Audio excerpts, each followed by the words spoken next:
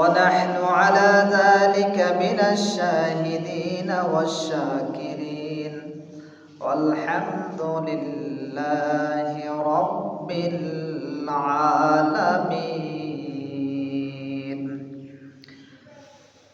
وقال الله تبارك وتعالى في شان حبيب الرحمن: إن الله وملائكته يصلون على النبي يا أيها الذين آمنوا صلوا عليه وسلموا تسليما. اللهم صل على محمد وعلى آل محمد كما صليت على إبراهيم وعلى آل إبراهيم إنك حميد مجيد.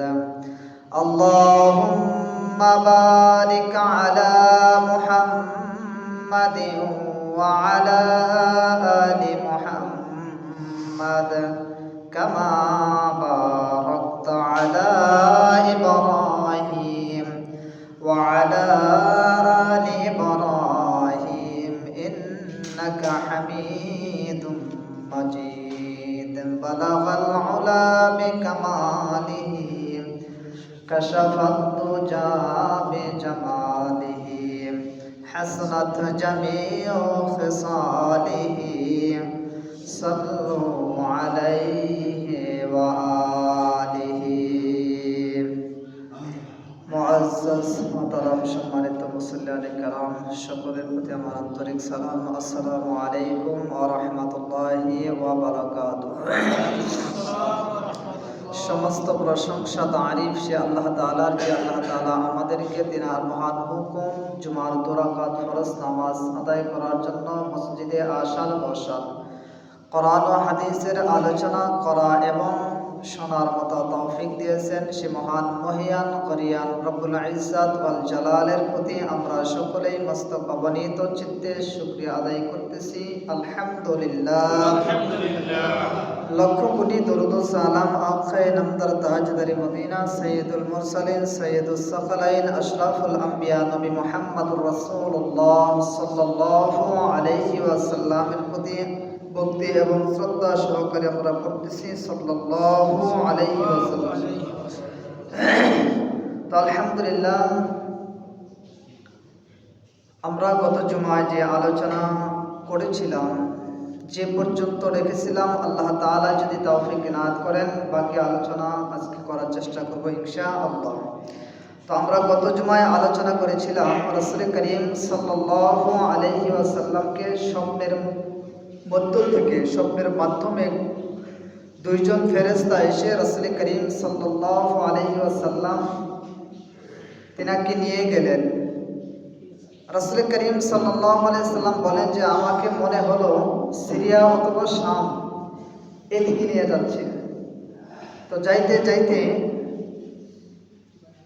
আমি লক্ষ্য করে দেখলাম এমন একটি পরিস্থিতি যে একজন মানুষ, যেটাকে আমরা সারাশি বুঝি, সারাশি জাতীয় একটা জিনিস নিয়ে দাঁড়িয়ে আছে। এই সারাশি দিয়ে কিছু মানুষের চোয়াল এক সাইড থেকে কাটতেছে, অপর সাইডে কাটা শুরু করলে কাটা শেষ করতে করতে আবার আরেক চোয়াল ভালো হয়ে যায়। জিজ্ঞাসা করলাম এগুলা কি? বললে সামনে চলো। আরো কিছু সামনে চললেন। সামনে চলার পরে লক্ষ্য করে দেখলেন যে একজন মানুষ তার মাথা একটা পাথরের উপরে রেখে আরেক পাথর দিয়ে মাথাগুলো থেতলে দেওয়া হচ্ছে। জিজ্ঞাসা করলাম এগুলো কি? রাসূল করিম সাল্লাল্লাহু আলাইহি ওয়াসাল্লাম বলেন যে আমার সাথীদের বলল সামনে চলো। সামনে চলতে লাগলাম। সামনে চলতে চলতে আবার লক্ষ্য করে দেখলাম বিশাল বড় একটি রক্তের নহর বা রক্তের ডোবা পুকুর, যেটার মধ্যে পচা রক্ত, পচা পুষ। এখানে কিছু মানুষকে দেখলাম তারা হাবুডুবু খাচ্ছে। যারা তখন ক্লান্ত হয়ে কিনারায় ফিরে আসে, হা করে তাদের মুখের মধ্যে পাথর দিয়ে দেয়। এই পাথরগুলা খেতে খেতে আবার মাছ বরাবর চলে যায়। জিজ্ঞাসা করলাম এগুলা কি? সাথীদ্বয় বলল, সামনে চলুন। সামনে চলতে লাগলাম। সামনে যাইতে যাইতে লক্ষ্য করে দেখলাম একটা অগ্নিকুণ্ড। যেরকম ইট ভাটার চিকনি হয়, ভেতরে অনেক জায়গা, ওই চিকনি দিয়ে শুধুমাত্র ধোঁয়া বের হয় বা আগুনের সুরঙ্গি বের হয়, ঠিক একই রকম লক্ষ্য করে দেখলাম যে এখানের ভিতরে অনেক মানুষের অনেক চিৎকার শোনা যায়। আগুন যখন প্রখর হয়, যখন আগুনের সুরঙ্গটা উপর থেকে বেশি আসে, ওই মানুষগুলা আগুনের সাথে বের হয়ে আসে, মনে হয় ছিটকে পড়ে যাবে, কিন্তু তখনই আবার আগুনটা একটু শিথিলতায় চলে যায়, তখন মানুষগুলা আবার গর্তের ভিতরে চলে যায়। জিজ্ঞাসা করলাম এটা কি? সাথীদ্বয় বলল, সামনে চলুন। তো সামনে চলতে চলতে লক্ষ্য করে দেখলাম একটা বিশাল বড় গাছ। এই গাছের ছায়ার নিচে বসে আছে একজন বৃদ্ধ মানুষ। তার চতুর্পাশ দিয়ে ছোট ছোট বালক, ছোট ছোট বাচ্চারা খেলাধুলা করতেছে। জিজ্ঞাসা করলাম ইনি কে এবং এই বাচ্চাগুলা কারা? সাথীদ্বয় বললেন যে সামনে চলুন। আরো কিছু সামনে গেলাম। সামনে যাওয়ার পরে লক্ষ্য করে দেখলাম বিশাল বড় একটা অট্টালিকা বা প্রাসাদ। এত সুন্দর প্রাসাদ আমার জীবনে আর কখনো ইতিপূর্বে দেখি নাই। বললাম এটা কি? সাথীদ্বয় বলেন আরেকটু সামনে চলুন। আরেকটু সামনে চলার পরে লক্ষ্য করে দেখলাম বিশাল বড় আরো সুন্দর দবদবে সাদা একটি প্রাসাদ। জিজ্ঞাসা করলাম এটা কি? বললেন যে এটা হচ্ছে আপনার থাকার জান্নাত। সুবহানাল্লাহ বলেন। তো এগুলোর ব্যাখ্যা চাচ্ছিলেন রাসূল করিম সাল্লাল্লাহু আলাইহি সাল্লাম। যখন সমস্ত ঘটনা শেষ, লাস্টে এই দুইজন সাথীদ্বয় তারা বলল যে এখন ব্যাখ্যা শুনুন। গত জুমায় বলেছিলাম যে আগামী জুমায় ব্যাখ্যা বলবো, তাই না? তা আজকে আমরা ব্যাখ্যা জানবো। বাবাজির আমার, রাসূল করিম সাল্লাল্লাহু আলাইহি ওয়াসাল্লাম যখন জিজ্ঞাসা করলেন সাথীদ্বয়, আমি যে প্রথম যে জিনিসটা দেখতে পেলাম যে একটা মানুষ দাঁড়িয়ে আছে, তার পাশে আরেকটি মানুষ এরকম সারাশি দিয়ে তার এক চোয়াল কেটে দেয়। এক চোয়াল কেটে যখন আরেক চোয়াল কাটা শুরু করে দেয়, এই চোয়াল কাটতে কাটতে আগের চোয়ালটা আগের মতো ভালো হয়ে যায়। কোন সুবহানাল্লাহ। আগের চোয়াল যখন ভালো হয়ে যায়, আবার লোকটা এসে এই চোয়াল কাটা শুরু করে দেয়। এই চোয়াল কাটতে কাটতে আবার আগের মতো আরেক চোয়াল এইরকম করে ভালো হয়ে যায়। এইরকম শাস্তি দেওয়া হচ্ছে। আমি যখন জিজ্ঞাসা করলাম কেন দেওয়া হচ্ছে, আমার সাথীদ্বয় ডাক্তার বললেন, ও আল্লাহর নবী, আপনি জানেন না, জানেন না, এই মানুষগুলা ছিল সমাজের মধ্যে চুগলখোর। কি ছিল?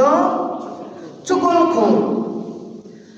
ডাক্তার বলে, ইয়া রাসূলুল্লাহ, ইয়া হাবিবাল্লাহ, হুজুর, এই যে মানুষগুলা যাদের চোয়ালগুলা এরকম সারাশি দ্বারা কাটা হচ্ছে, সারাশি দ্বারা কাটা হচ্ছে, ইয়া রাসূলুল্লাহ, ইয়া হাবিবাল্লাহ, এই মানুষগুলা দুনিয়ার উপরে চুগলখোর ছিল।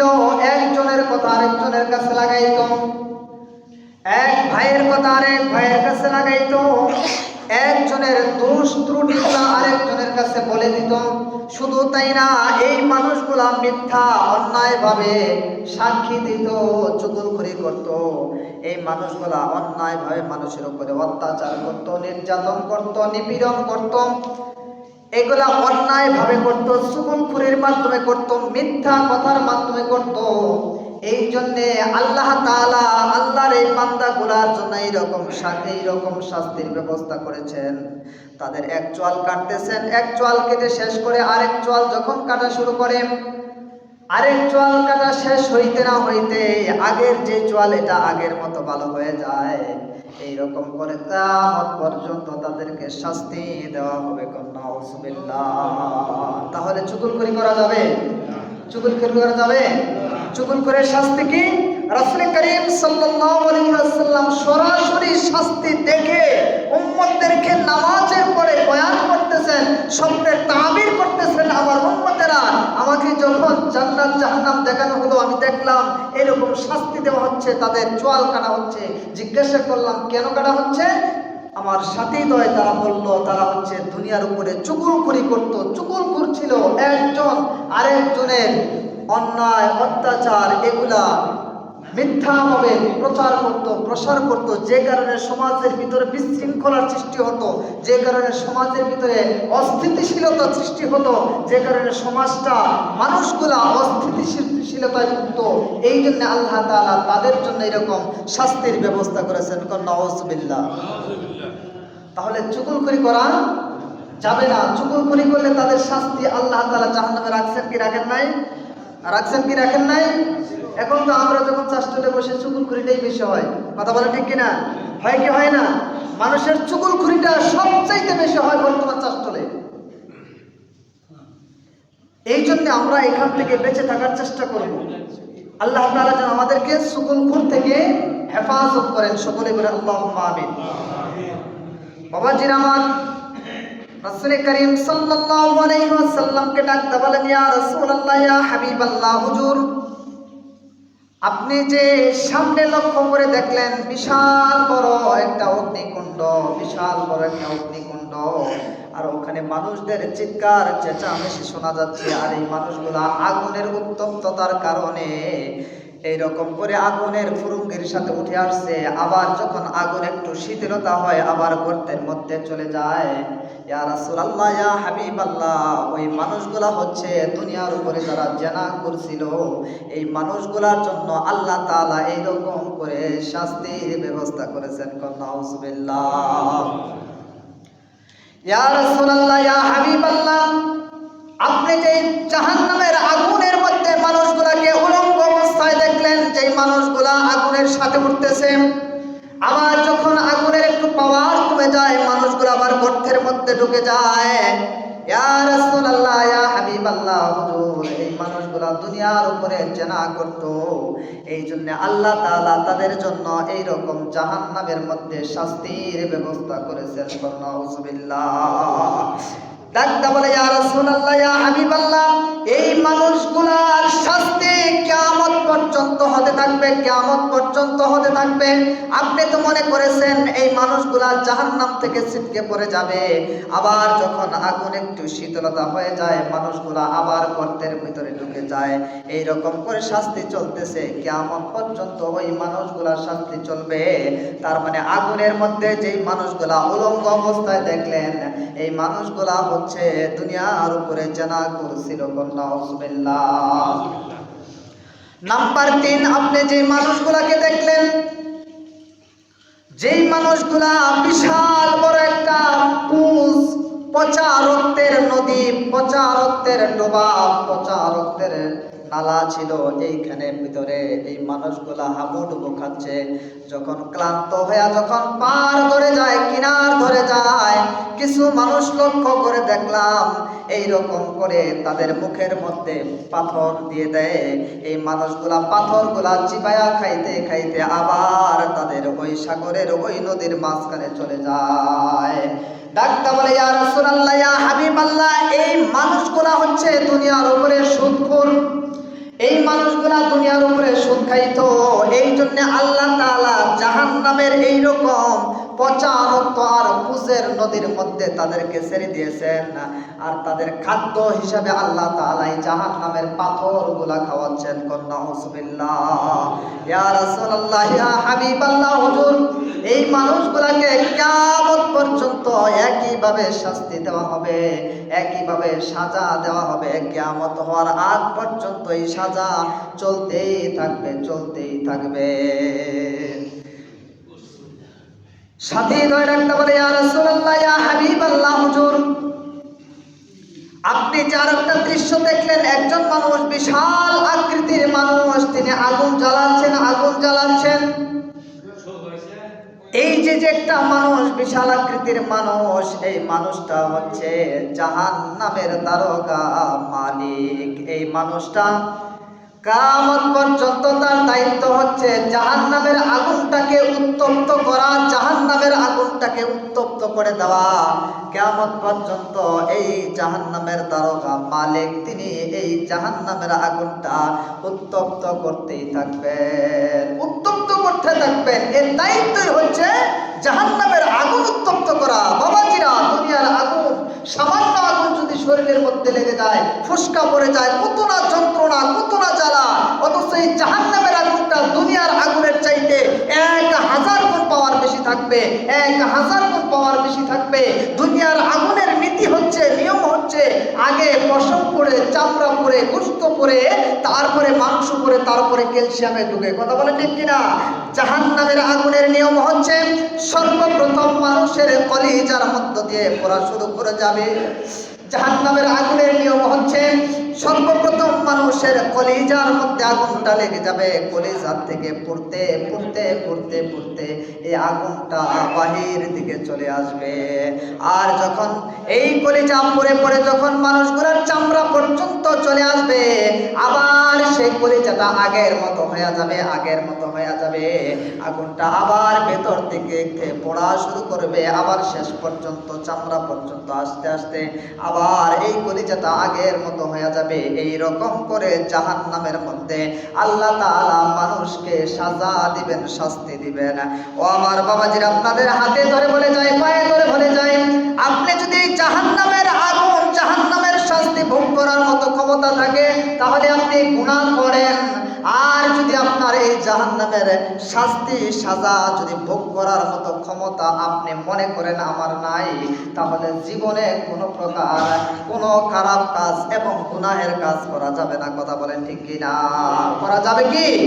যদি আপনি মনে করেন যে না, ওই শাস্তি, ওই জাহান্নামের আগুনের কঠিন দগ্ধতা আমি সহ্য করতে পারবো, আপনি গুনাহের কাজ করেন। আর যদি মনে করেন যে না, এটা আমার কুলানোর কোনো ক্ষমতা নাই, ধারণ ক্ষমতা আমার নাই, সুতরাং আপনি সমস্ত প্রকার গুনাহের কাছ থেকে হেফাজত থাকুন, নিজেকে রক্ষা করুন জাহান্নামের আগুন থেকে, জাহান্নামের সাজা থেকে আপনাকে আপনি নিজে রক্ষা করুন।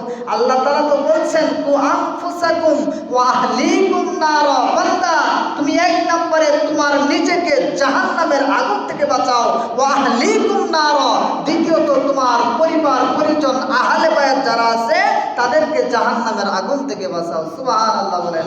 আল্লাহ তো বলেই দিয়েছেন। এখন আপনি যদি না মানেন, আপনি যদি গুনাহের ভিতরে নিমজ্জিত থেকেই যান, এটা তো আপনার ব্যর্থতা। কথা বলেন ঠিক কিনা? বাবাজির আমার, বন্ধুরা আমার, রাসূল করিম সাল্লাল্লাহু আলাইহি ওয়াসাল্লামকে বলা হলো, ইয়া রাসূলুল্লাহ, ইয়া হাবিবাল্লাহ, হুজুর, আপনি যে ওই গাছের নিচে একজন বৃদ্ধ দেখতে পাইলেন, এই বৃদ্ধটা আর কেউ নয়, এই বৃদ্ধটা হচ্ছে আল্লাহর খলিল হযরত ইব্রাহিম আলাইহিস সালাতু ওয়াস সালাম। সুবহানাল্লাহ। নবীজি আমার ডাকতে বলেন, ও সাথীদ্বয়, তার পাশ দিয়ে যে এত ছোট ছোট মানুষগুলাকে দেখলাম, এগুলা কারা?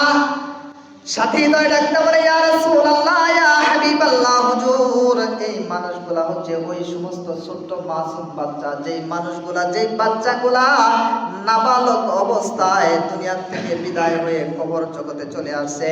এই ছোট্ট ছোট্ট মাসুম বাচ্চাগুলা তার বাবা খলিলের সাথে খেলা করতেছে। সুবহানাল্লাহ।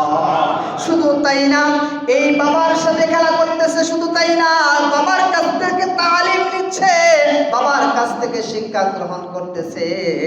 আর একটা সুসংবাদ শুনে রাখুন, ইয়া রাসূলুল্লাহ, ইয়া হাবিবাল্লাহ, যেই বাবা এবং মার এইরকম দুগ্ধপুষ্য অথবা নাবালক বাচ্চাগুলা মারা যায়, ময়দানে হাসরে ওই সন্তানটা মা বাবার জন্য সুপারিশ করবে।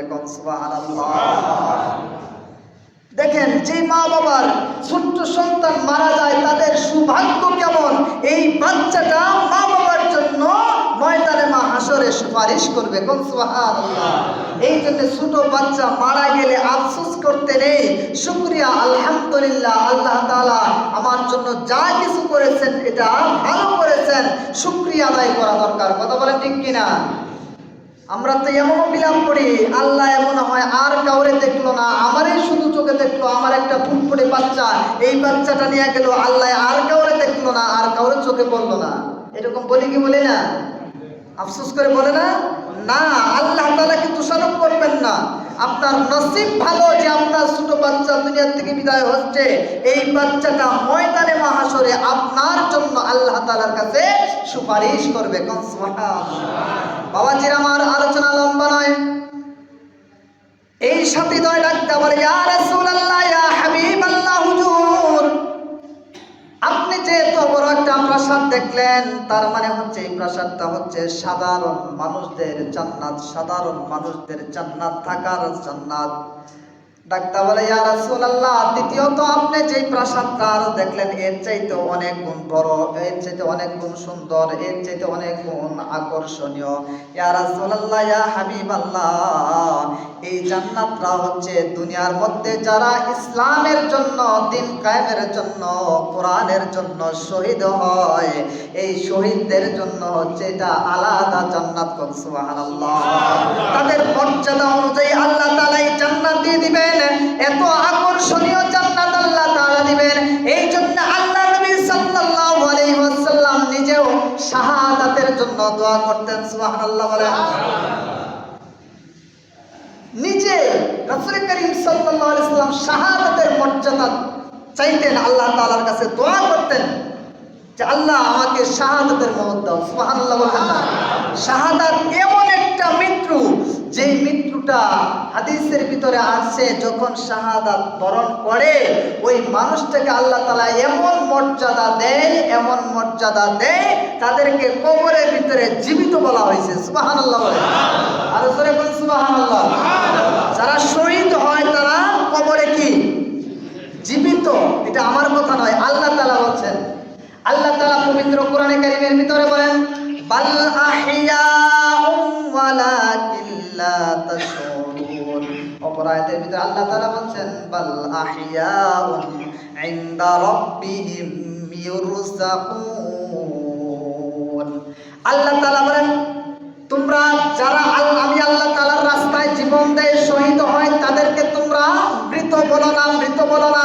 বাল আহইয়াউন, তারা বরঞ্চ জীবিত। শুধু জীবিত নয়, আল্লাহ তাআলা বলেন তারা কবরে যে শুধুমাত্র জীবিত তা নয়, তা নয়। আল্লাহ বলেন, বাল আহইয়াউন ইনদা রাব্বিহিম ইউরযাকুন, বরঞ্চ তাদেরকে কবরের মধ্যে আল্লাহ তাআলার পক্ষ থেকে রিজিক, খাদ্য দেওয়া হয়। কোন সুবহানাল্লাহ। জীবিত নয় শুধুমাত্র, এরা কবরের ভিতরে খাদ্য পায়, তারা খাবার খায়। সুবহানাল্লাহ বলেন। শহীদের মর্যাদা কি কম না বেশি? কম না বেশি? এই জন্য দিন কায়েমের জন্য, কোরআনের জন্য, ইসলামের জন্য যারা জীবন দেয় তারা হচ্ছেন শহীদ। আর এই শহীদদেরকে আল্লাহ নিজে বলছেন যে তোমরা তাদেরকে মৃত বলো না, মৃত বলো না। তারা কবরের মধ্যে জীবিত, শুধুমাত্র জীবিত নয়, আমি আল্লাহ তাআলা কবরের মধ্যে তাদেরকে রিজিক দেই, খাবার দেই, তারা খায়। কোন সুবহানাল্লাহ। ও আমার বাবাজিরা, তাদের জন্য আল্লাহ তাআলা জান্নাতের একটা সুউচ্চ মাকাম রেখে দিয়েছেন। ডাকতে বলে, ইয়া রাসূলুল্লাহ, এই জান্নাত এত আকর্ষণীয় জান্নাত, এটা হচ্ছে শহীদদের জন্য। এবার ডাকতে বলে, ওই যে তার চাইতে ভালো সুন্দর সাদা তবতবে একটা প্রাসাদ দেখলাম, ওইটা কার? ডাকতে বলে, ইয়া রাসূলুল্লাহ, এটা হচ্ছে আপনার জন্য। কোন সুবহানাল্লাহ। এটা কার জন্য? এটা আপনার জন্য। রাসূল করিম সাল্লাল্লাহু আলাইহি ওয়াসাল্লাম বলেন, ও আমার উম্মতেরা, যখন আমাকে বলা হলো এত সুন্দর প্রাসাদটা আমার জন্য, আমি স্বপ্নের মধ্যে প্রাসাদে ঢুকতে চাইলাম। এবার সাথে দয় ডাকতে বলে, না না, আপনার এখনো পর্যন্ত এখানে যাওয়ার সময় হয় নাই। কই কেন? ঘরটা যদি আমার হয় তাহলে এই ঘরের ভিতরে ঢোকার কি আমার অনুমতি নাই? ডাকতে বলে, ইয়া রাসূলুল্লাহ, ইয়া হাবিবাল্লাহ, হুজুর, এটা তো জান্নাত, এটা মরার পরে যাওয়া লাগে। যেহেতু আপনার জীবন এখনো আছে, হায়াত আছে, আপনার হায়াত শেষ হয় নাই, সুতরাং এটার ভিতরে আপনি প্রবেশ করতে পারবেন না। ইয়া রাসূলুল্লাহ, ইয়া হাবিবাল্লাহ, যখন আপনি দুনিয়ার সফর শেষ করবেন, এই সফর শেষ করার পরে আপনি এই জান্নাতের ভিতরে থাকবেন। কোন সুবহানাল্লাহ। ডাক্তার বলে, ইয়া রাসূলুল্লাহ, এত কিছুর ব্যাখ্যা জানলেন যে আমরা দুইজন যে আপনাকে নিয়ে ঘুরলাম, এত কিছু দেখাইলাম, আমাদের ব্যাপারে জানার কি আপনার আগ্রহ নাই? সুবহানাল্লাহ বলেন। তাহলে তাদের ব্যাপারে জানার আগ্রহ থাকতে পারে না? যে দুইজনের মাধ্যমে এত কিছু দেখলেন, তাদের ব্যাপারে তো জানার একটা আকর্ষণ থাকার কথা না? ডাক্তার বলে, ইয়া রাসূলুল্লাহ, ইয়া হাবিবাল্লাহ, হুজুর আপনার কি আমাদের ব্যাপারে জানার কোনো আকর্ষণ নাই? রাসূল করিম সাল্লাল্লাহু আলাইহি ওয়াসাল্লাম ডাক্তার বলে, ও আমার সাথী দয়, অবশ্যই তোমাদের ব্যাপারে জানার আগ্রহ আমার আছে। তোমরা কারা? এবার ডাক্তার বলে, ডান পাশ থেকে ডাক্তার বলে, আমি আল্লাহর ফেরেশতা হযরতে জিবরাইল আলাইহিস সালাতু ওয়াস সালাম। বাম পাশ থেকে ডাক্তার বলে, আমি আল্লাহর ফেরেশতা মিকাইল আলাইহিস সালাতু ওয়াস সালাম। কন্যা সুবহানাল্লাহ। আল্লাহর দুইজন ফেরেশতা রাসূল করিম সাল্লাল্লাহু আলাইহি ওয়াসাল্লামকে ঘুমের মাধ্যমে, স্বপ্নের মাধ্যমে উঠাইয়া নিয়া তাকে আল্লাহ তাআলার নিদর্শন দেখাইছেন, জান্নাত আল্লাহ তাআলা আল্লাহর বন্ধুকে দেখাইছেন। সুবহানাল্লাহ বলেন। যে কারণে আমি আলোচনাটা নিয়ে আসছিলাম যে আল্লাহ তাআলা তার পেয়ারা হাবিবকে মেরাজে নিয়ে গিয়ে, দাওয়াত করে নিয়ে গিয়ে তার বন্ধুকে জান্নাত দেখাইছেন, জাহান্নাম দেখাইছেন। কথা বলেন ঠিক কিনা?